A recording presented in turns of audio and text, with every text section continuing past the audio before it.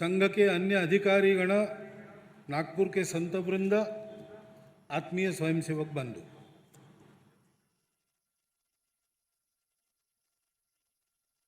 पिछला वर्ष वैशिष्ट्यपूर्ण रहा। पिछले विजयादशमी के बाद एक तो गुरु नानक देव जी की 550वीं, महात्मा गांधी जी की जन्म शताब्दी का 150वां वर्ष और चलने वाला है।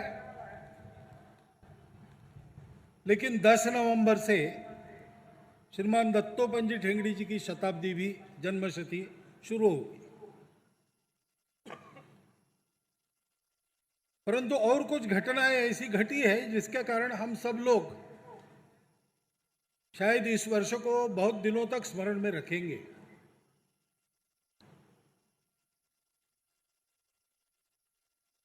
सबके लिए बड़ा एक रुचि का विषय रहता है।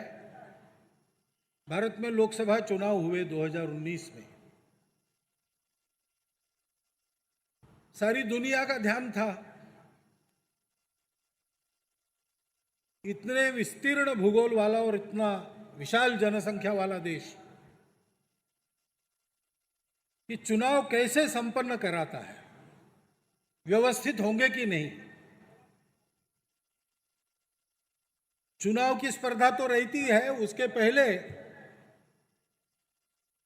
और दलीय राजनीति चलती है उसके चलते, और कई प्रकार के तनाव उत्पन्न होते हैं।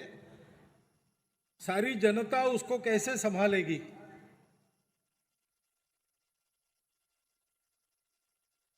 और दूसरी बात थी कि 2014 में जो परिवर्तन आया था वो 2014 के पहले के सरकार के प्रति जो वितृष्णा उत्पन्न हुई उसका परिणाम था, जिसको अंग्रेजी में निगेटिव फॉलोआउट कहते हैं। ऐसा केवल था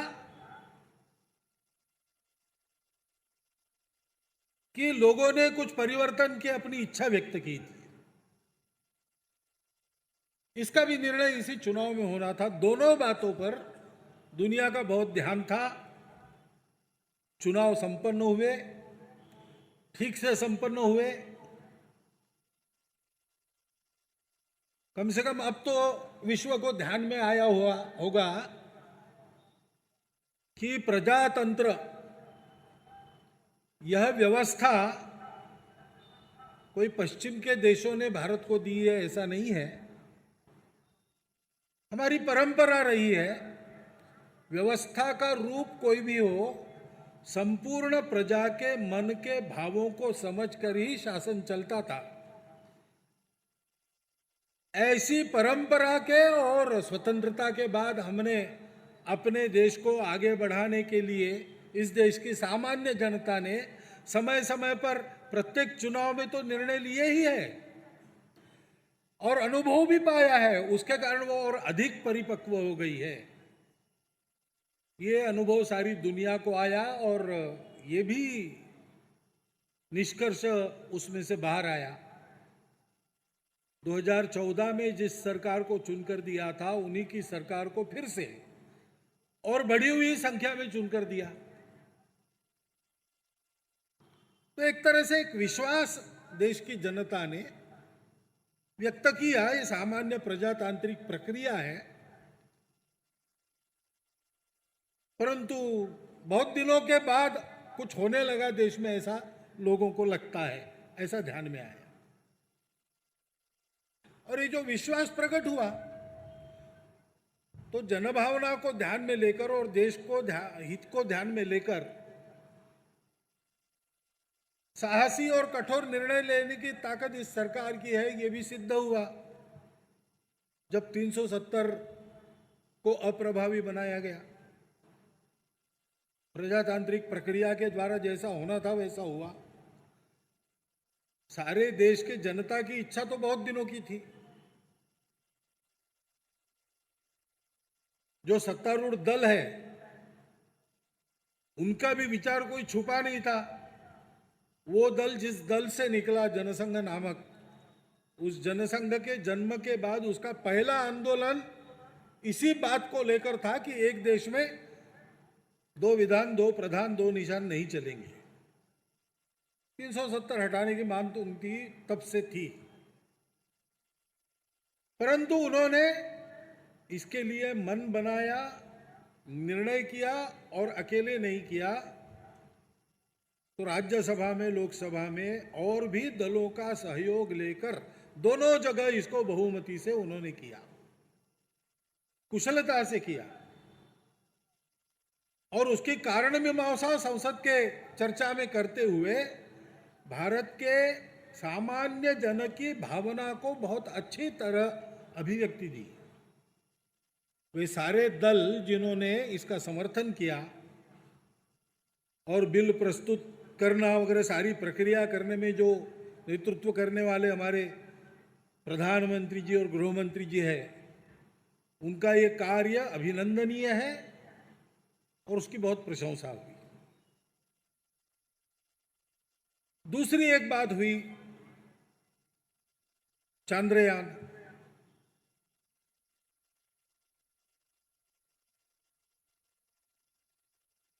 जो अभी तक चंद्रमा के दक्षिण ध्रुव को छूने का किसी ने साहस नहीं किया था, हमारे वैज्ञानिकों ने किया। पूरी सफलता नहीं मिली, लेकिन जितनी मिली वो भी सारी दुनिया का ध्यान आकर्षण करने के लिए और सारे विश्व में भारत के वैज्ञानिकता का, बौद्धिकता का प्रभाव जमाने में पर्याप्त थी, और वो हुआ। सारी दुनिया ने अभिनंदन किया और हम कर सकते हैं, ये विश्वास हमारे देश के वैज्ञानिकों से लेकर तो सामान्य जनता के हृदय में अवतीर्ण हुआ। ऐसा एक बहुत विशेष कार्य हुआ। इसलिए कुल मिलाकर वातावरण क्या है? उत्साह का है, आत्मविश्वास का है, सतत प्रयत्न हम कर सकते हैं, हम करेंगे, इस प्रकार का संकल्प बने, इस प्रकार का है। एक दृष्टि से हम लोगों में आश्वस्ति लाने वाला है, जो आश्वस्ति हम चाहते थे बहुत दिनों से, परंतु आश्वस्त होकर असावधान होना, आलस्य करना, निष्क्रिय होके मैं और मेरा परिवार इस मर्यादा के अंदर ही रहना, इसके लिए अब समय नहीं है, क्योंकि अभी बहुत दूर जाना है। राष्ट्र के परम वैभव को प्राप्त करना, विश्व का सिरमौर भारत खड़ा करना, इसके लिए लंबा चलना पड़ेगा। अपने आप में किसी देश को इस प्रकार से आगे बढ़ना, ये एक दुर्गम कार्य होता है, उसका पथ बड़ा कठिन होता है। और ऐसा होने न देना चाहने वाले लोग हैं, वो रास्ते में रोड़े अटकाते हैं। कई मामलों को लेकर स्पर्धा चलती है, राजनीति को लेकर भी चलती है, उसके चलते भी गतिरोध उत्पन्न होते हैं। कुछ बाधाएं पहले से रहती है, इन सबको हटाकर अपने गंतव्यों को प्राप्त करने के लिए सतत जागृत रहकर प्रयास करना पड़ता है। संकट आते हैं, प्रश्न उत्पन्न होते हैं, उनका उत्तर देना पड़ता है। हमारे सामने है कुछ प्रश्न उत्पन्न होते हैं, उसका उत्तर देना पड़ता है, और कुछ चुनौतियां हैं, उनका सामना करना पड़ता है। ऐसे हमारा देश संकटग्रस्त तो बिल्कुल नहीं कहा जाएगा, पहले से अधिक हम सुरक्षित है। हमारे सीमाओं की सुरक्षा, उसकी चौकसी, उसके लिए हमारी सामरिक तैयारी, हमारी सेना का मनोबल, ये उत्तम है। इसकी साक्ष्य हमको पिछले वर्षों में बहुत बार मिली है। सीमा का बंदोबस्त भी पहले से बहुत अधिक अच्छा हुआ है। हाँ, चौकियों की और सैनिकों की संख्या बढ़ाने की विशेषकर पूर्व सीमा पर आवश्यकता है। समुद्री सीमा पर की चौकसी भी बढ़नी चाहिए और विशेषकर जो द्वीपों वाला, टापुओं वाला इलाका है, अपने देश के और सामरिक हित के दृष्टि से अत्यंत महत्वपूर्ण, देश की सुरक्षा के दृष्टि से अत्यंत नाजुक, वहां भी यह सुरक्षा की व्यवस्था अधिक चौकन्नी करनी चाहिए। इसकी आवश्यकता तो है, लेकिन पहले से अधिक अच्छा हुआ है और प्रयास चल रहे हैं।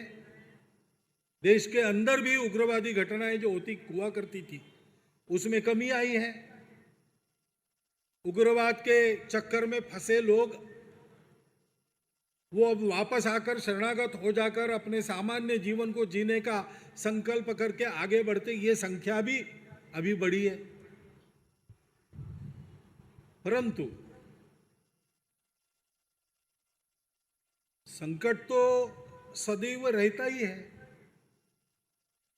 हम जब बीमार पड़ते तब दवाई लेनी चाहिए, पहले से दवाई ली है इसलिए बीमार नहीं पड़ेंगे, ऐसा सोच सकते हैं। लेकिन बीमारी उत्पन्न करने वाले कई प्रकार के जीवाणु तो अपने शरीर में ही निवास करते हैं,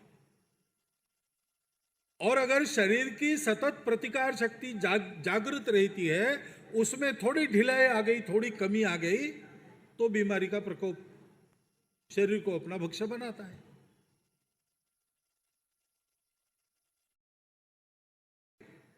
ये जो परिवर्तन अपने देश में आया, एक नया संकल्प सर्वसामान्य लोगों में जागा है, एक नई आशा जगी है, उसके चलते कुछ परिवर्तन भी हुए हो, उसको पसंद न करने वाले लोग हैं।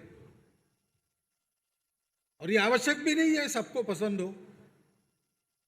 प्रजातंत्र है इसलिए मत का स्वातंत्र है, तो ऐसे लोग हो सकते हैं जिनको ये पसंद नहीं है। लेकिन अपने मत को साकार करने के चक्कर में देश हित की मर्यादा का ध्यान न रखकर केवल अपने स्वार्थ का ध्यान रखकर प्रयास करने वाले लोग हैं। ऐसे भी लोग हैं, देश में भी है, दुनिया में भी है, जिनको भारत का वैभव नहीं चाहिए, भारत की प्रतिष्ठा नहीं चाहिए, दुनिया में भारत का बढ़ता मान सम्मान और भारत का बढ़ता समर्थन।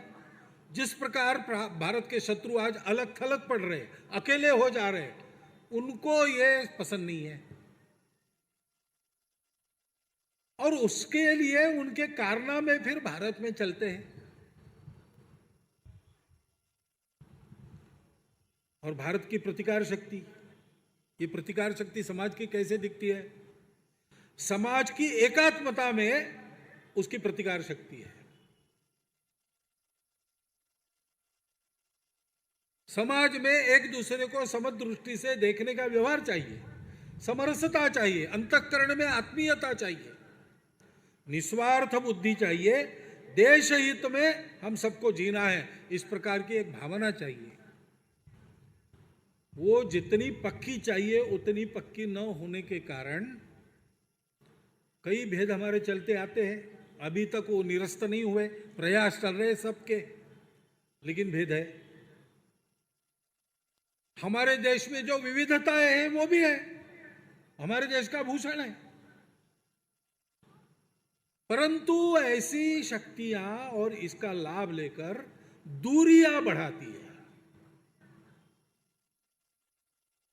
एक को दूसरे से अलग करने की कोशिश करती है, विविधताओं को भेदों के रूप में देखती है, भेद पहले से है उनको और भड़काती है, उसके आधार पर समाज की दूरियां बढ़ाती है, और अलगाव के आधार पर ये जो हमारी छोटी छोटी पहचानें हैं, जो हमारे देश की विशेषता है, मेरी कोई भाषिक पहचान है, मेरी कोई प्रांतीय पहचान है, जाति उपजाति हमारे देश में उसकी भी पहचानें बनती है, रहने के स्थान उसकी भी पहचानें बनती है। ये सब होने के बावजूद एक बड़ी पहचान में हम सब लोग एक धारा में, जैसे एक प्रवाह में जैसे अनेक धाराएं चलती है, वैसे हम चलते हैं। परंतु इस प्रकार हमारे समाज को तोड़ने की कोशिश करने वाले लोग इन अलगाव उत्पन्न करने वाली कार्रवाइयों को आधार पर इन पहचानों को एक दूसरे के विरोधी बनाते हैं। हम ये है यानी हम ये नहीं है, ऐसा एक नया वर्णन, नरेशन, उसका प्रचार, तरह तरह के असंतोषों को लोगों के मनों में भड़काना, जहां भेद है वहां झगड़े लगाना, ऐसा करके ये दूरियां बढ़ती रहे और इसमें से केवल अलगाव नहीं, परस्पर विरोध खड़ा हो, समाज में आपस में फूट नहीं, केवल झगड़े भी लग जाए, इसकी और व्यवस्था करने में वो लोग जुटे हैं। इसका प्रतिकार हमको करना पड़ेगा। और भी एक बात होती है, ऐसे जब होता है तो सबको संयम नहीं होता है, तो असंतोष भड़काकर झगड़े भी बनाए जाते हैं। सद्भावना से भी कोई वक्तव्य आता है किसी का, उसको विकृत रूप में पेश करना, तोड़ मरोड़ कर पेश करना,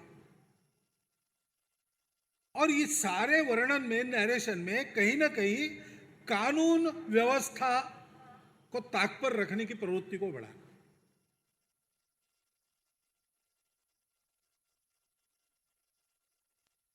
देश के प्रति हमारी सबकी मिलकर जो पहचान है, उसके प्रति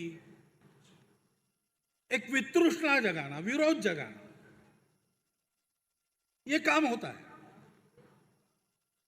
और उसके चलते फिर झगड़े होते हैं, हिंसा भी होती है। कानूनी व्यवस्था का बंधन नहीं रहा तो फिर देश की क्या गति होगी? स्वतंत्रता के पहले भगिनी निवेदिता ने और स्वतंत्रता के बाद इस देश का संविधान संसद के सामने रखते हुए पूज्य डॉक्टर बाबा साहब आंबेडकर ने बहुत साफ शब्दों में इस बात का उल्लेख किया है कि नागरिकता का पालन करना, नागरिक कानूनों की मर्यादा के अंदर रखना, नागरिक अनुशासन का पालन करना, ये देशभक्ति के प्रकटीकरण का एक रूप है और स्वतंत्र देश में उसी की आवश्यकता है। लेकिन ऐसा नहीं होता और इस प्रवृत्ति को बढ़ाया दिया जाता है। ये जो माया युद्ध, मंत्र युद्ध चला है,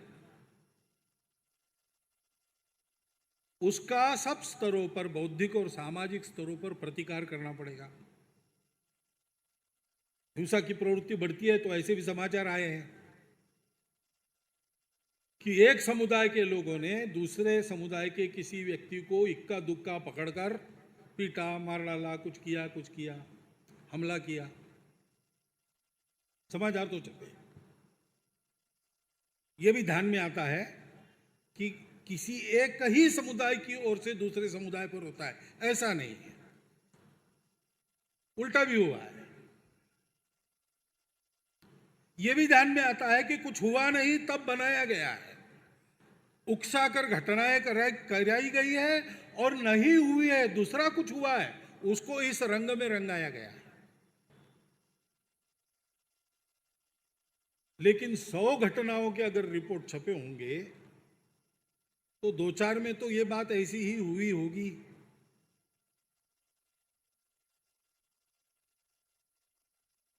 अब ये होना नहीं चाहिए, लेकिन ऐसी जो स्वार्थी शक्तियां है वो इसको बड़ा उजागर करती है और दूसरे ढंग से उजागर करती है। समाज के और किसी एक समुदाय ने यानी पूरे समुदाय ने नहीं, कहीं कोने में रहने वाले 10-5 व्यक्तियों में, और ये हिंसा की प्रवृत्ति भड़क गई, कानून वगैरह की परवाह न करते हुए उन्होंने कुछ किया, उसको उस पूरे समुदाय पर थोप देंगे, दोनों तरफ से, क्योंकि ये किसी के पक्षधर नहीं है। समाज के 2 समुदायों में आपस में झगड़ा हो, यही उनका हेतु है। समाज की एकता के पक्षधर लोग हैं, उनको उसमें घसीटेंगे, संघ का नाम लेंगे भाई कि ऐसी घटनाओं में और कहीं पर कोई संघ का कुछ संबंध है, ऐसा बिल्कुल नहीं है। सबको मालूम है, लेकिन उसका नाम लेंगे। संघ का कोई स्वयंसेवक ऐसे झंझटों में जाता नहीं, करता नहीं, पड़ता नहीं। होने वाली हो तो रोकने का प्रयास करता है। गलती से कोई उसमें फंस गया तो संघ उसको बचाने का प्रयास नहीं करता। संघ को कहता है कि तुम कानून की प्रक्रिया से अपने आप को सिद्ध करो निर्दोष।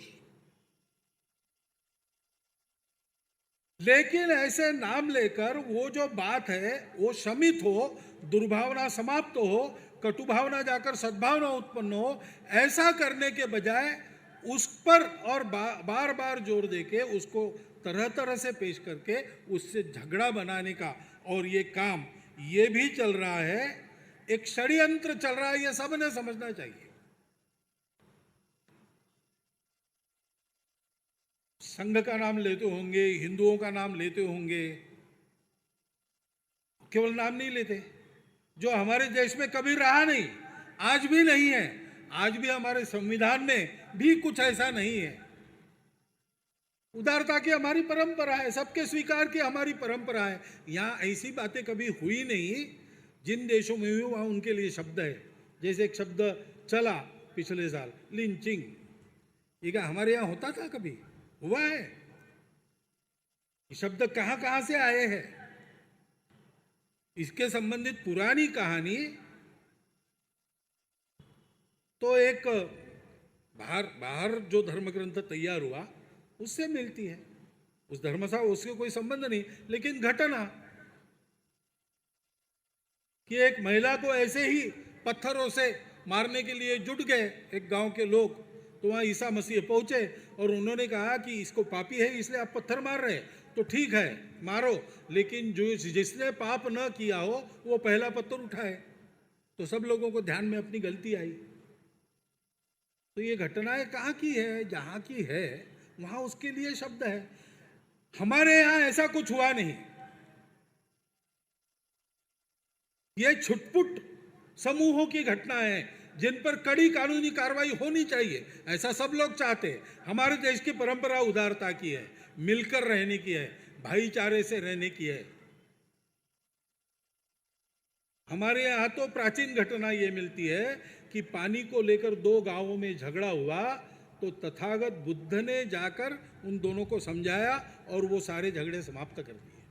हमारी परंपरा तो ये है। लेकिन ऐसे दूसरे देश से आई हुई किसी परंपरा का और हमारे ऊपर शब्द थोपेंगे और हमारे सारे समाज को, देश को दुनिया में बदनाम करने की कोशिश करेंगे। भारत में क्या हो रहा है? कहीं भी अलग अलग पहचान वाले, छोटी पहचान वाले या विविधता वाले लोग इतने शांति से एक साथ सुख में रहते हो, ऐसा भारत के बाहर कोई उदाहरण है क्या? आज भी नहीं है। लेकिन ये चलता है और इसलिए बहुत सावधान रहना पड़ेगा। एक तो संपूर्ण समाज में हमको सद्भाव उत्पन्न करने का काम करना पड़ेगा, सबको करना पड़ेगा। संघ के स्वयंसेवक इस प्रयास में पहले से ही लगे हैं और बढ़ा रहे अपने प्रयासों, परंतु सबको इसकी चिंता करनी पड़ेगी। हमारा सारा व्यवहार, हमारा मन, वचन, कर्म पूरे देश को जोड़ने वाला होना चाहिए। विवेक से बात करनी चाहिए, विवेक से कृति करनी चाहिए। जहां अमंगल है वहां भी मंगल करने का प्रयास करना चाहिए। अमंगल को लेकर दोषारोपण में नहीं उलझना चाहिए। जहां भी जाएंगे वहां कानून, संविधान की मर्यादा का पालन करके ही हम सबको रहना है। स्वयंसेवकों को यही संस्कार मिलता है और वैसे वो चलते हैं। सबको इसका ध्यान रखना पड़ेगा। कितना भी उकसावा हो, प्रोवोकेशन हो, मर्यादा के बाहर नहीं जाना, हिंसा नहीं करना। जब परचक्र था, विदेश से आक्रामक आते थे तब अपनी तेजस्विता का प्रकटीकरण और ऐसे पराक्रम में हुआ है, तब वो बात ठीक थी। लेकिन अब अपना समाज है, अपना देश है, अपना शासन है, अपने लोग हैं, भले मत से हमारी विरोधी हो, भले मत से हमसे अलग हो, भले पूजा किसी की कोई हो, भाषा किसी की कोई हो, सारा भारत सारे भारतीयों का है। सब भारतीयों को आपस में मिलजुल कर देश के कानून ने जो आचरण की मर्यादा बनाई है उस अनुशासन का पालन करके ही रहना चाहिए।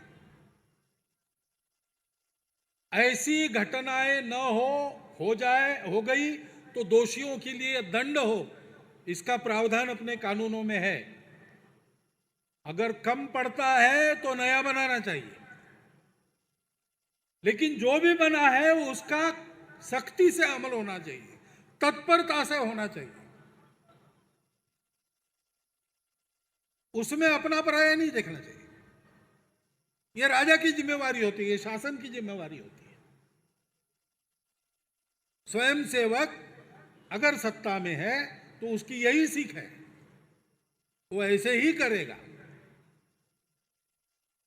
इस प्रकार चलने से हम इस संकट का प्रतिकार कर सकते हैं।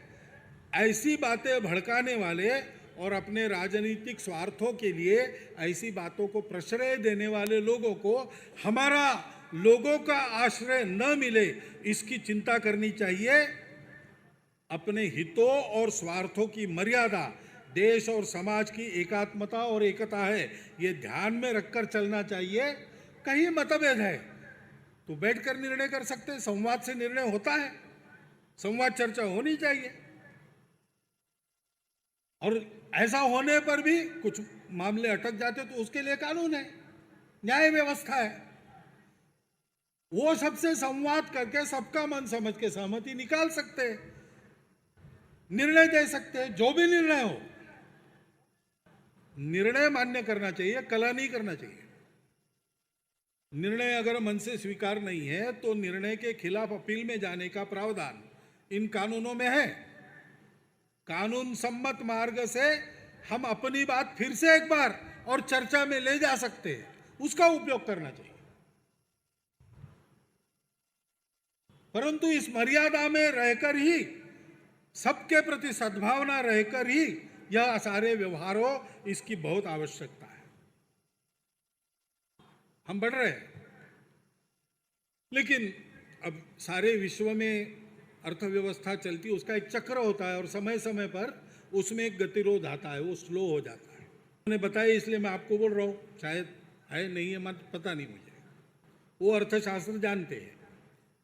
उन्होंने कहा कि ये मंदी यानी रिसेशन तब कहा जाता है जब जो ग्रोथ रेट है वो 0 के नीचे चले जाए। तो फिलहाल हम तो 5 के आसपास है, हमको उसकी इतनी चिंता तो करें, हम चर्चा क्यों करें? क्योंकि चर्चा से वातावरण बनता है, वातावरण में मनुष्यों का आचरण होता है। तो अगर बहुत ज्यादा चर्चा करेंगे ऐसा हो रहा है तो अर्थ व्यापार करने वाले लोग ऐसा हो रहा है ऐसा मानकर और अपनी सुरक्षात्मक गतिविधियां शुरू करेंगे, जो फिर से अर्थव्यवस्था की गति को और मंद करेगी। हम उपाय करने में जाए, सरकार ने उपाय किए हैं, सरकार ने अपनी संवेदनशीलता का परिचय दिया है, उन्होंने कुछ उपाय किए हैं। लेकिन जैसा हमारे प्रमुख अतिथि महोदय ने कहा कि अकेले सरकार ये नहीं कर सकती, हम सबको ध्यान में रखना होगा।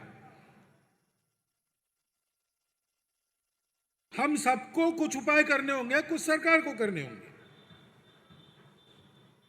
ये तो सरकार को झेलना ही पड़ता है ना। अमेरिका चीन की भी स्पर्धा चलती है, उसके परिणाम होते रहते हैं। लेकिन एक तो विश्वास रखना चाहिए, इतने सारे उपाय हुए, कुछ तो होगा ही। और मुख्य बात तो हमको ये देखना चाहिए कि सरकार कोई भी हो, किसी की भी हो, कुछ करे ना करे, हमारे आर्थिक क्षेत्र में जो हस्तियां है वो बहुत मजबूत है। बड़ी हस्तियां, बड़े उद्योग, जैसे आपके सामने शिव नाडर जी बैठे, एक भारतीय व्यक्ति सामान्य परिस्थिति से ऊपर आकर इतना बड़ा पराक्रम करता है, और ऐसे एक नहीं है, अपने देश में कई उदाहरण है। और वो केवल अपने मुनाफे की चिंता करने वाले लोग नहीं है, वो सब लोग अपनी अधिक कमाई समाज के लिए खर्च हो इसका ध्यान रखने वाले लोग हैं, और अर्थ व्यवहार की बहुत अच्छी समझ रखकर दुनिया के आर्थिक जगत में उन्होंने अपना एक स्थान बनाया है। ऐसे ही हमारे मध्यम और छोटे उद्योग है, लघु उद्योग है, अद्भुत गाथाएं हैं। यहाँ हमारे विभाग संघचालक जी उत्सव देखने आए हैं, पलनी स्वामी जी तिरुपुर से आते हैं। कभी तिरुपुर जाकर देखिए हमारा मध्यम उद्योग वाला, छोटे उद्योग वाला क्या कर सकता है। वहां आदमी जाता है, नौकर के नाते जाता है और मालिक बनता है। ये वहां की कीर्ति है। वहां के छोटे उद्योग, बड़े उद्योग, मध्यम उद्योग, वहां के आर्थिक संस्थान जो ऐसे उद्योगों के लिए पूंजी देते हैं और काम करने वाले सब लोग, इनका एक समन्वय है उसके आधार पर, और वो सारा अपने देश का और दुनिया का एक बड़ा महत्वपूर्ण निटवेयर हब बना है। ये चमत्कार हमारे लोग कर सकते हैं, हमको डरने की क्या आवश्यकता है। हम इस चक्र से बाहर आने वाले हैं। प्रयास की आवश्यकता है, और प्रयास करते समय ध्यान में रखना पड़ेगा। सरकार भी प्रयास कर रही और पूंजी चाहिए तो एफडीआई का आमंत्रण भी कर रही है। कुछ उद्योग उनका निजीकरण भी चल रहा है। जब आवश्यक है तब करने में कोई दिक्कत नहीं, ये उपाय है। कभी ऐसे भी हो सकते हैं, कभी वैसे भी हो सकते हैं, परंतु इसका उपाय जो है वो हमने सशक्त बनना है। बाहर की एफडीआई भी बुलाएंगे हम, आएगी कब? जब वहां के लोगों को भरोसा है कि हम यहां माल बनाएंगे तो हमको उसका वापस मिलेगा कुछ। तो जो देश आर्थिक दृष्टि से सशक्त है, और सशक्त कैसे होता है? हमारे देश के आर्थिक सशक्ति के कुछ आधार स्तंभ है, पहले से है। देश दुनिया में आई हुई ये मंदी तेजी का बहुत असर हमारे यहाँ होता नहीं, उसका कारण वो लोग है। हमारा सामान्य आदमी बचत करता है। हमारे यहाँ जो सेल्फ एम्प्लॉयड सेक्टर है, कोऑपरेटिव सेक्टर है, छोटे खुदरे व्यापारी है, छोटा मोटा अपना उद्योग चलाने वाले स्वरोजगार वाले लोग हैं, कृषि है, लघु मध्यम उद्योग है, एमएसएमई जिनको कहते हैं, पर्यटन है, इसकी बहुत शक्ति है, इसमें बहुत संभावना है, इसको विकसित करना चाहिए। रोजगार बढ़ाने से लोगों के हाथों में पैसा आता है, पैसा आने से लोग खरीदते हैं, खरीदने से अर्थव्यवस्था की गति बढ़ती है। तो हम जो भी करेंगे हमारे देश का रोजगार बढ़ाए। हम बहुत अच्छी अच्छी योजनाएं बना रहे हैं, उसका नीचे तक अमल ठीक से हो। हमारी अर्थव्यवस्था में बहुत छिद्र थे जिससे हमारी संपत्ति बह जाती थी। वो छिद्रों को बंद करने का काम भी अच्छा चला है, उसके लिए कड़ाई करनी पड़ती है, बहुत अच्छी तरह कड़ाई हो रही है। लेकिन कड़ाई की बात जहां तक है, जो प्रामाणिक है, नियम मानने वाले लोग हैं, वो उस कड़ाई के कारण बड़े छटपटाते हैं, लेकिन देश के लिए सहन करते हैं, करना भी चाहिए। लेकिन जिनको नियम कानून की परवाह नहीं और जिनको पाप ही पाप करना है, वो लोग अपना रास्ता ढूंढ लेते हैं और बड़े आनंद से इसमें रहते हैं। तो कड़ाई योग्य जगह हो और अतिरिक्त कड़ाई का प्रामाणिक लोगों को कष्ट न हो, इसकी चिंता होनी चाहिए। ऐसे कुछ उपाय कर लिए तो विदेशों पर निर्भर रहने की बात अपनी कम होगी।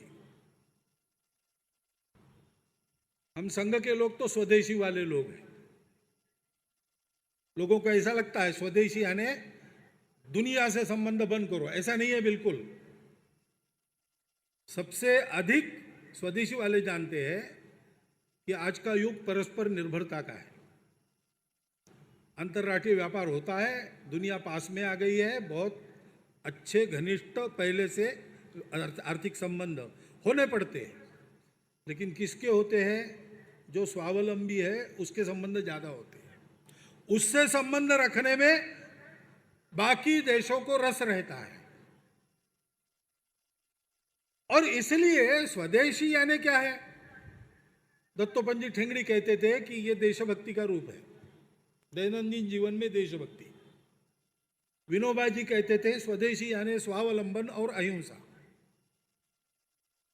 जो मैं अपने घर में बना सकता हूं मैं बाजार से नहीं लाऊंगा,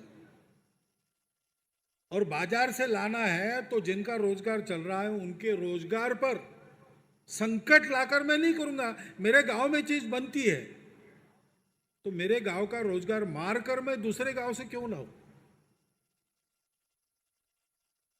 मेरे देश में हो सकता है तो दूसरे देश से क्यों लाना? मेरे देश में नहीं होता है तो उसके बिना मेरा जीवन चल सकता है क्या? तो बिना चलाऊंगा। नहीं चल सकता तो ठीक है, दूसरे देश से लाऊंगा। उसकी शर्तें रहेगी, वो मुझे माननी पड़ेगी, लेकिन मैं मजबूरी में नहीं मानूंगा, मैं विचारपूर्वक मानूंगा। अपनी शर्तों पर सब देशों से व्यापारिक संबंध बनाने का नाम है स्वदेशी। अपनी शर्तों पर संबंध बनाने का आर्थिक बल स्वयं का रखना। अगर आप ना करोगे तो करो, हमारा नुकसान नहीं, हम कर लेंगे, पर हम कंप्यूटर नहीं देते हो, हमने बना लिया। ऐसी धमक रखकर परस्पर निर्भरता जो चलती है वो फिर लाभ हानि के तत्वों पर नहीं चलती, वो दोस्ती के तत्वों पर चलती है, संबंध रखने के लिए चलती है। भारत का विश्वास है सारी दुनिया में कि ये सच्चे लोग हैं, इनके साथ व्यापार करने से हम घाटे में नहीं रहेंगे। वो विश्वास काम करेगा, वो विश्वास बना रहे, इसलिए हम लोगों को आर्थिक स्वनिर्भरता देने वाली व्यवस्था की ओर ही बढ़ना पड़ेगा, मूल से विचार करना पड़ेगा। अब हमारे यहां गिर गाय है, ब्राजील के लोग उसको लेके गए अपनी गायों को अच्छा करने के लिए। आज सुनते हैं कि वहीं से हमने और वो आर्टिफिशियल इंसेमिनेशन के लिए सीमेंट मांगा है। क्या जरूरत है भाई? हमारे यहाँ गिर गाय है, अच्छी है, 28 से 32 लीटर दूध देने वाली हमारे लोगों ने पाली है। गुजरात में जगह जगह मिलती है। गुजरात में अब ब्राजील से वापस गिर नस्ल के और बीज को बुलाने की क्या जरूरत है? स्वदेशी यहां आती है, हमारे पास है, हम देंगे दुनिया को।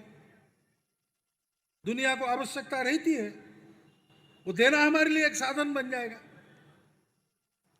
विदेशी लोग व्यापार करते हैं, अच्छा है, अच्छा करेंगे तो ठीक ही है, सावधान तो रहना पड़ेगा ना। एक देश है मान लीजिए, वो देश क्या करता है, अपने देश में किसी बाहर की कंपनी को आने नहीं देता, और किसी को आना है तो कहता है कि ठीक है आओ, एक शर्त है, आपके डायरेक्टर बोर्ड में एक डायरेक्टर हम बताएंगे वो रहेगा, हमारे देश का आदमी रहेगा, और आपके हर निर्णय में उसकी सम्मति आवश्यक रहेगी। सारी देश दुनिया की बड़ी कंपनियों को मान लीजिए अंदर उन्होंने लेकर और अपना एक एक आदमी रख दिया, और उसके सम्मति के बिना नहीं चलेगा तो ये कंपनियां उनकी हो गई। और वो कंपनियां क्या करती है, भारत जैसे देश की छोटी कंपनियों को खरीदती है। नाम वही रहते, कंपनी अलग रहती है, शेयर्स किसी बहुराष्ट्रीय कंपनी के हैं। उस बहुराष्ट्रीय कंपनी का क्या है, वो चाइना के अंडर चलती है। ऐसा अप्रत्यक्ष साम्राज्य दूसरे देश में अपना उत्पन्न करने का काम चलता है, हमको सावधान रहना पड़ेगा ना। इसलिए उस स्वदेशी की आवश्यकता है, और स्वदेशी की ओर बढ़ना है तो मूल से हमको विचार करना पड़ेगा। प्रचलित जो अर्थतंत्र है वो अनेक प्रश्नों के उत्तर नहीं दे सकता। जीडीपी जैसे उसके जो मानक बने हैं वो अधूरे हैं, दोषपूर्ण है, ये भी आज के सब अर्थतज्ञ कहते हैं। हम अपने देश के अनुकूल, अपने देश को आगे बढ़ाने वाली, अपने देश का रोजगार बढ़ाने वाली, अपने देश के उत्पाद और उत्पादन बढ़ाने वाली, पर्यावरण की कम से कम या न हानि करने वाली और कम से कम ऊर्जा में काम चलाने वाली लोगों में समृद्धि के साथ सदनीति लाने वाली अर्थव्यवस्था, उसका विचार क्यों ना करें? उसकी तरफ हमको बढ़ना पड़ेगा। आज जो हमको स्थिति मिली है उसमें ही चलना पड़ेगा। उसमें चलने के लिए तरह तरह के मोड़ लेने पड़ेंगे, वो लेने भी चाहिए। परंतु ऐसे मोड़ लेते समय ध्यान में ये रखना चाहिए कि इन घुमावदार रास्तों से गुजर कर हमको पहुंचना कहाँ है और कितना बल प्राप्त करना है कि आगे चल के हमको ऐसा घुमाव न लेना पड़े। इसकी चिंता हमको करनी पड़ेगी। और इसकी चिंता करनी है तो मन में स्व की स्पष्ट कल्पना चाहिए। स्व की स्पष्ट कल्पना शिक्षा से मिलती है। शिक्षा के बारे में विस्तार पूर्वक हमारे प्रमुख अतिथि महोदय ने कहा है। एक अंग उन्होंने शिक्षा का बताया है, शिक्षा की गुणवत्ता चाहिए। चौथी में पढ़ने वाला दूसरी का पाठ पढ़ नहीं सकता, ये कोई गुणवत्ता नहीं हुई। अमेरिका के लोग हमारे बच्चों के गणित में कुशलता की कीर्ति गाते हैं, और हमारे यहाँ 5वीं में पढ़ने वाला बालक गणित कर नहीं सकता। ये स्थिति अच्छी नहीं है, उसको तो सुधारना ही पड़ेगा। परंतु आखिर शिक्षा है किस लिए? शिक्षा केवल पेट भरने की है क्या? पेट भरने की शिक्षा देनी नहीं पड़ती। जीवन सिखाता है, अनुभव सिखाता है। परंतु शिक्षा मनुष्य को दी जाती है, इसलिए दी जाती है कि वो अच्छा मनुष्य बने, उसके मन में स्वगौरव हो। जिसके मन में स्वयं की प्रतिष्ठा नहीं है वो कैसे प्रतिष्ठित बनेगा? दुनिया उसको क्या प्रतिष्ठा देगी? स्वभाषा, स्वभूषा, स्वसंस्कृति, स्वदेश, स्वपरंपरा, स्वपूर्वज, इन सबका गौरव सिखाने वाली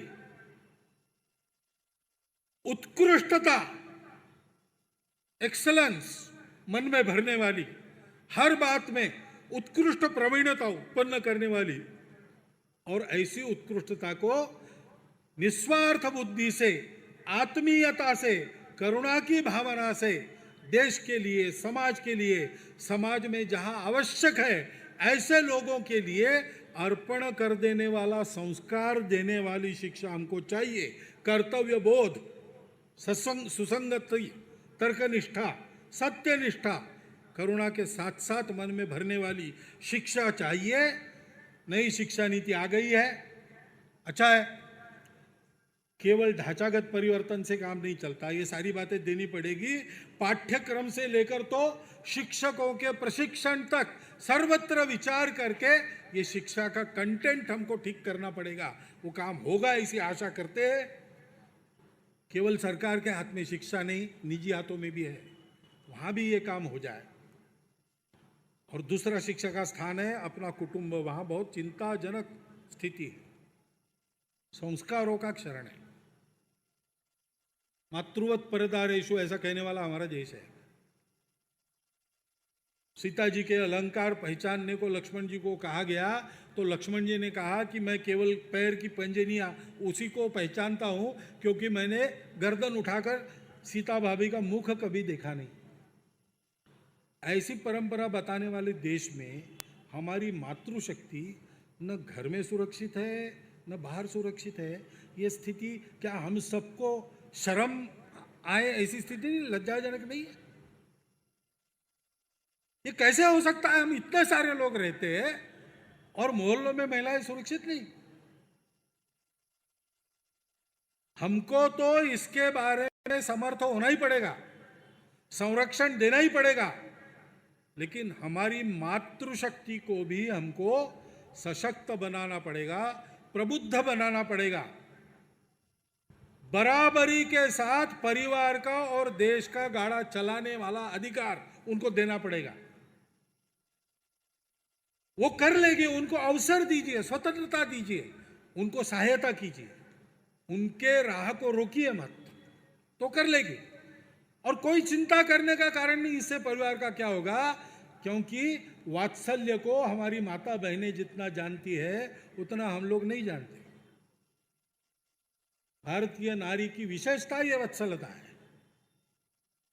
और इसलिए उनके उन्नति के मार्ग पर वो चल सके उतना बल उनके पैरों में भरना, वो चलने के लिए और कुछ सहायता मांगते हो सहायता देना, चलने के लिए रास्ता खुला रखना, उनको चलने की स्वतंत्रता देना, ये काम हमको करना पड़ेगा। अनेक काम संघ के स्वयंसेवक करते, मातृशक्ति भी उनके साथ जुटी है। उस सारी मातृशक्ति ने मिलकर एक व्यापक सर्वेक्षण किया है जो दिल्ली में 24 सितंबर को प्रकाशित होगा। उस प्रकाशन के आधार पर अब आगे कुछ योजनाएं स्वयंसेवकों की उसके लिए चलेगी। लेकिन केवल संघ का काम नहीं है ना, ये हम सबका काम है। हम अपने घर से प्रारंभ कर सकते हैं। घर में ये वातावरण होना चाहिए संस्कार का। आखिर भ्रष्टाचार भी आता कहां से? व्यसन मुक्ति की बात चलती है, व्यसन आते कहां से? व्यसनों के मोह से अलिप्त रहने का संस्कार घर में नहीं मिलता, ये विवेक घर से नहीं मिलता। तो कच्ची आयु में इन सब बातों के शिकार हमारे घर के बच्चे होते हैं, हमारे नौजवान होते हैं। चीन जैसे देश को अफीम के व्यसन में जकड़कर कितने ही वर्ष यूरोप के देशों ने चीन पर राज्य किया। इतनी लंबी और समृद्ध सांस्कृतिक परंपरा वाला देश।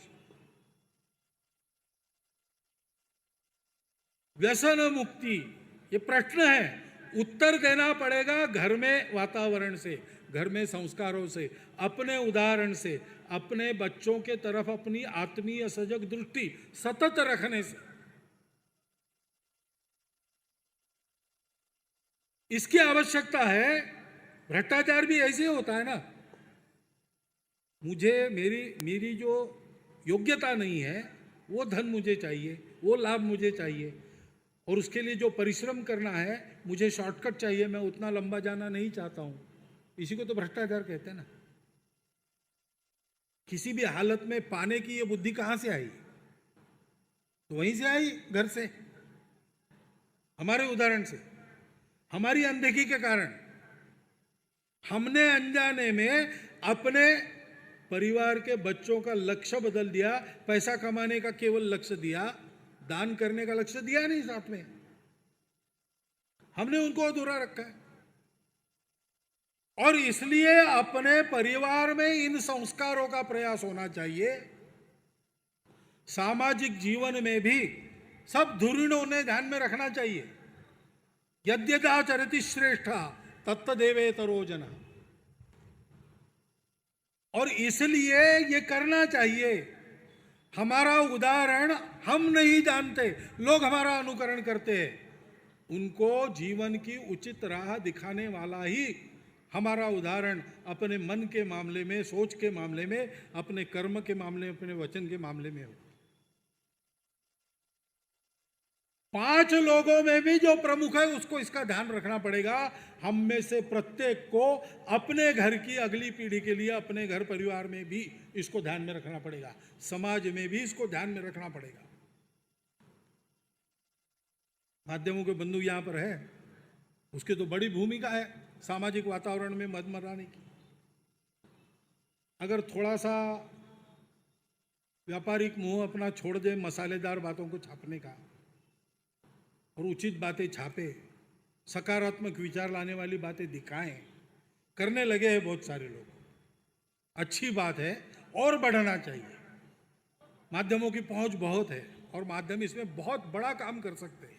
माध्यमों ने इसको अगर अंगीकृत किया तो ये काम बहुत जल्दी होगा, और बच्चे तो ठीक ही हो जाएंगे, लेकिन उनके माँ बाप भी ठीक हो जाएंगे। उनकी बड़ी भूमिका है। सब मिलकर अगर इसको करते हैं, संघ के स्वयंसेवक तो कर रहे हैं, कुटुंब प्रबोधन की गतिविधि चलती है, सब लोग करने लगे तो हमारे संस्कार ऐसे हैं कि हम इन बातों को मात दे सकते हैं। हमारे सामने ये जो चुनौतियां खड़ी है उनके उत्तर हम दे सकते हैं। संघ यही काम करता है। संघ को क्या करना है? संघ को चरित्र निर्माण करना है, व्यक्ति निर्माण करना है।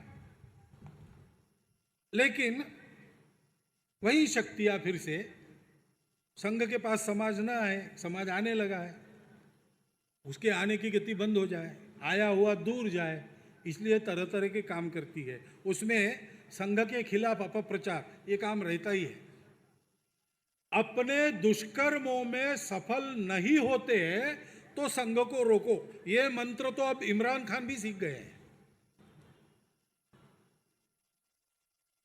और इसलिए संघ के बारे में तरह तरह की गलतफहमियां, असत्य बातें बोलकर, प्रमाणहीन बातें रखकर, जानकारी कुछ रहती नहीं। संघ की स्थापना गुरुजी ने की। गुरुजी और सावरकर और क्या हिटलर को आदर्श मानते थे? कुछ भी, इसका कोई प्रमाण नहीं है। ऐसा क्यों है? हमने सोचा इसलिए ऐसा है। प्रमाण, हमको प्रमाण की जरूरत नहीं। यह अहंकार भी है और कुटिल इच्छा भी है। अब संघ कहता है हिंदू संगठन, हिंदू राष्ट्र, तो बस संघ ने कभी कहा नहीं, संघ कहेगा भी नहीं, संघ करेगा भी नहीं। संघ की इच्छा एकदम अलग है। लेकिन वो कहा कि देखो हिंदू हिंदू की बात कर रहा है, मुसलमान ईसाइयों का विरोध कर रहा है। अब हिंदू की बात करना है ना, मुसलमानों का विरोध करना है, कहां से आया भाई? हाँ, ये ठीक है कि एक आक्रामकों के साथ आया है इस्लाम, तो लड़ाइयाँ हुई है, उसके कुछ और रहे जैसे, और होली बीत जाती है लेकिन वो बातें रह जाती है कुछ दिन, वैसे है, जाएगा धीरे धीरे। लेकिन हिंदू का संगठन करना इसका मतलब उनका विरोध करना ये थोड़ी है। ये स्वयंसेवक भी नहीं समझता। लेकिन अप्रमाणित बातें ऐसी, किसी कोई छुटपुट आदमी कुछ बोल देता है, उसको संघ का इसलिए प्रोजेक्ट करते हैं, ऐसा प्रचार चलता है। संघ तो कोई छुप छुप बात नहीं करता है। संघ अपने जन्म से कह रहा है, स्पष्ट सुविचारित धारणा है, हिंदुस्तान हिंदू राष्ट्र है। हिंदू राष्ट्र यानी किसका राष्ट्र? हिंदू कौन है?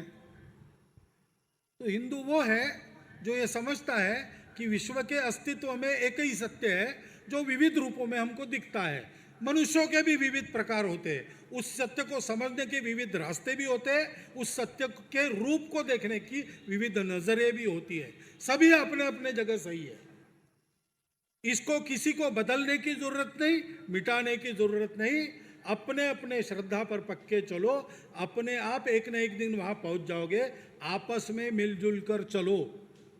आपका मोक्ष कैसा हो आप तय करो, आपकी मुक्ति कैसे हो आप तय करो, आत्मा को माने न माने आप तय करो।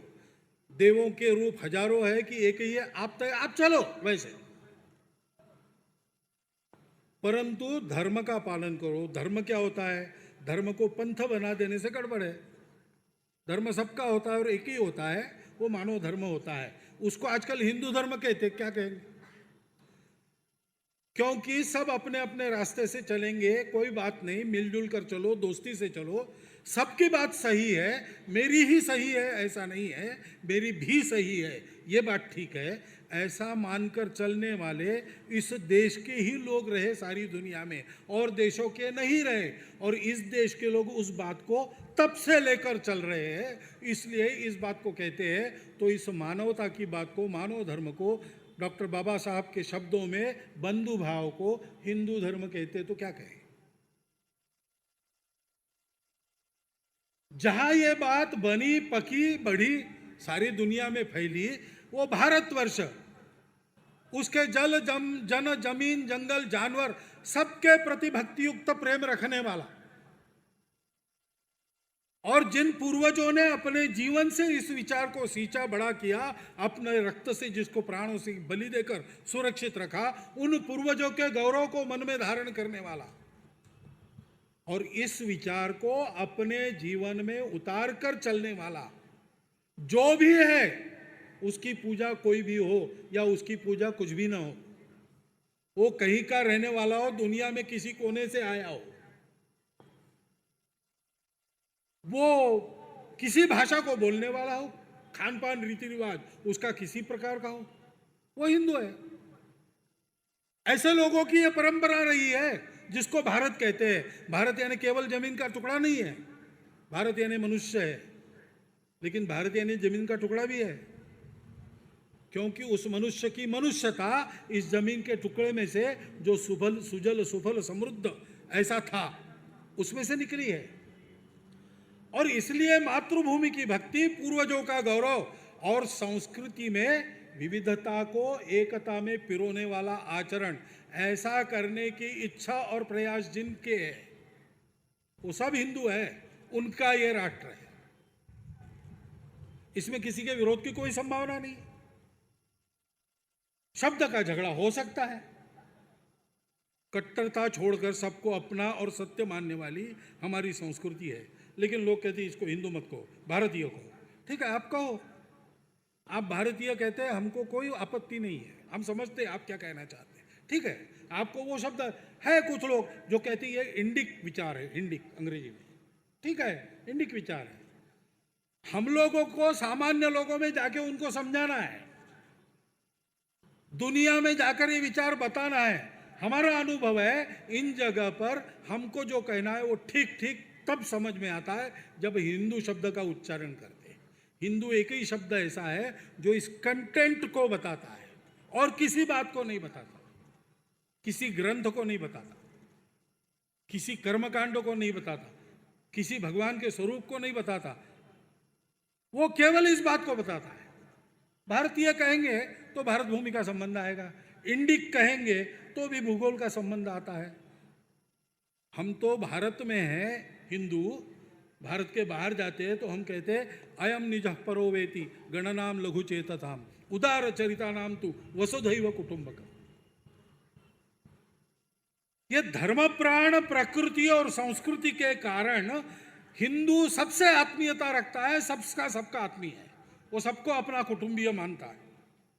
उसी को बढ़ाना, उसी को संवर्धित करना, मनुष्य को सच्चा मानव बनाना, सृष्टि को, मानवता को एक फिर से और नई देन देना, इसके लिए हिंदू संगठित होना चाहिए।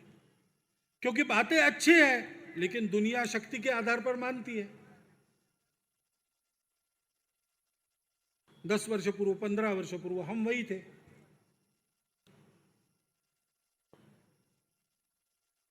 दो 2009 में मैं ही सरसंघ चालक था, विजयदशमी में मैं ही बोला था, इतने सारे लोग नहीं थे सुनने के लिए। आज है, क्यों है? क्योंकि संघ का काम बढ़ा है, संघ की शक्ति बढ़ी, और इसलिए शक्ति चाहिए। बिना शक्ति दुनिया मानती नहीं। दुर्बल को कोई पूछता नहीं, दुर्बल की हित की रक्षा कोई करता नहीं। अश्वम नैव गजम नैव व्याघ्रम नैव च अजापुत्रो बलिम दद्या। देवों को पूछा यज्ञ में बलि चढ़ानी है, उस समय की बात है, बलि प्रथा को हम समर्थन नहीं करते, उस समय चढ़ाते थे। तो पूछा क्या आपको घोड़ा दे? उन्होंने नहीं बाबा, लात मारेगा। हाथी, अरे इतना बड़ा हाथी, उसको क्या बलि चढ़ाओगे आप?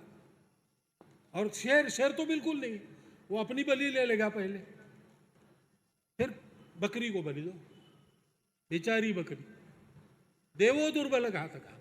ये दुनिया में ऐसा है, और इसलिए हिंदू समाज को सशक्त होना चाहिए, संगठित होना चाहिए, लेकिन हिंदू समाज को शीलवान भी होना चाहिए, क्योंकि शक्ति का उपयोग शील के साथ ही कल्याण की ओर बढ़ाता है। बिना शील के शक्ति नहीं होती। बिना शील के शक्ति राक्षस की शक्ति होती है, और बिना शक्ति के शील दुर्बल होने के कारण भयग्रस्त होता है, और भय के कारण हिंसा करता है। दुर्बल लोग भय करते हैं, इसलिए दूर से कोई दिखा कि अपनी तलवार निकालकर पास में रखते हैं कि न जानो इधर बढ़ गया तो मारना पड़ेगा, डर के कारण होता है। शक्ति और शील दोनों साथ जब चलते हैं तब फिर उपयोग होता है।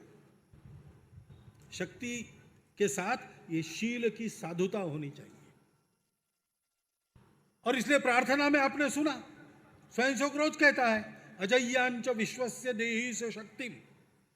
अगली ही पंक्ति में कहता है सुशीलम जगत येन नम्रम भवेत्। हिंदू समाज को उसके अपने सुशील पर खड़ा करना, शक्ति संपन्न बनाकर संपूर्ण भारत का और उत्थान हो उसके प्रयत्नों के द्वारा, इसके लिए संगठित बनाना। जिस दुर्बलता के कारण अन्य लोगों के प्रति भय और दुर्भाव पैदा होता है, उस दुर्बलता को उसके जीवन से संपूर्ण हटा देना और सद्भाव, सदाचार, सद्व्यवहार और समरसता के साथ समय की चुनौती स्वीकार कर वो अपने देश को, सारी दुनिया को ये बातें देने वाला देश बनाएगा। ऐसा हिंदू समाज हमको खड़ा करना है, हम सबको ऐसा करना पड़ेगा, क्योंकि हमको करना है नहीं, ये संघ ने ठेके पर लिया हुआ काम नहीं है। और इसका ठेका भी मत संघ को दीजिए, किसी को ना दीजिए, ये काम ठेके पर होते ही नहीं। हम सबको लगना पड़ेगा, विचार कीजिए, अपने विवेक का उपयोग कीजिए। अगर लगता है कि मैं जो कह रहा हूं ये बात सही है, तो हम लोगों को संघ के सारे प्रयासों में हाथ लगाना पड़ेगा, कार्यकर्ता बनना पड़ेगा। आज विजयादशमी है, भगवती कल तक जागृत की गई और जागृत भगवती ने आज विजय संपादन की। वो भगवती शक्ति बनी कैसे? सतत 9 दिन 9 रात्रि प्रयास करके संपूर्ण देव समाज ने अपनी शक्ति को संगठित किया। उनके सामने भी महिषासुर जैसे संकट थे, उनके सामने भी रक्तबीज, एक एक बूंद से नया रक्तबीज खड़ा होगा, ऐसी चुनौतियां थी। उनके सामने भी समस्याएं थी। जिस प्रकार की समस्या, जिस प्रकार का संकट, जिस प्रकार की चुनौती, उस प्रकार का रूप लेकर उसका प्रतिकार करने वाली भगवती शक्ति देवों के सुशील संगठन में से प्रकट हुई। और फिर असुर विजय हुआ, आसुर विजय हुआ। असुरों पर विजय, असुर विजय नहीं, असुर विजय अलग बात है। 3 प्रकार के विजय है। धर्म विजय, यानी जिस विजय के परिणाम स्वरूप समाज को जोड़ने वाला, समाज की धारणा करने वाला, समाज को उन्नत करने वाला धर्म प्रवर्तित होता है, वो धर्म विजय है। धन विजय, यानी जो विजयी होता है वो धन जमा करता है, लूटता है, हस्तगत कर लेता है। और असुर विजय यानी जो विजयी होता है वो अत्याचार करता है। संघ का प्रयास, भगवती का उदय धर्म विजय के लिए था और धर्म विजय हुआ, इसलिए हमको भी उसी राह पर चलना पड़ेगा। जागृत, स्पष्ट दृष्टि वाला, निस्वार्थ, प्रामाणिक, सतत प्रयास में लगा हुआ, अभेद्य एकता का उदाहरण बनकर, वज्र शक्ति बनकर जब समाज खड़ा होगा, तब शाश्वत और संपूर्ण सफलता मिलेगी। विश्व का कल्याण होगा, समस्त मानव समाज का कल्याण होगा, देश का कल्याण होगा और हमारा आपका जीवन भी एक दिव्य जीवन बनेगा। ऐसे जीवन का आवाहन करने के लिए ये कार्यकर्ता निर्माण का संघ का काम चलता है। उसके सहयोगी बनाने का और आवाहन में आपके सहयोगी बनने का आवाहन मैं आपके संबंध में रखता हूँ और मेरे 4 शब्द समाप्त करता हूँ।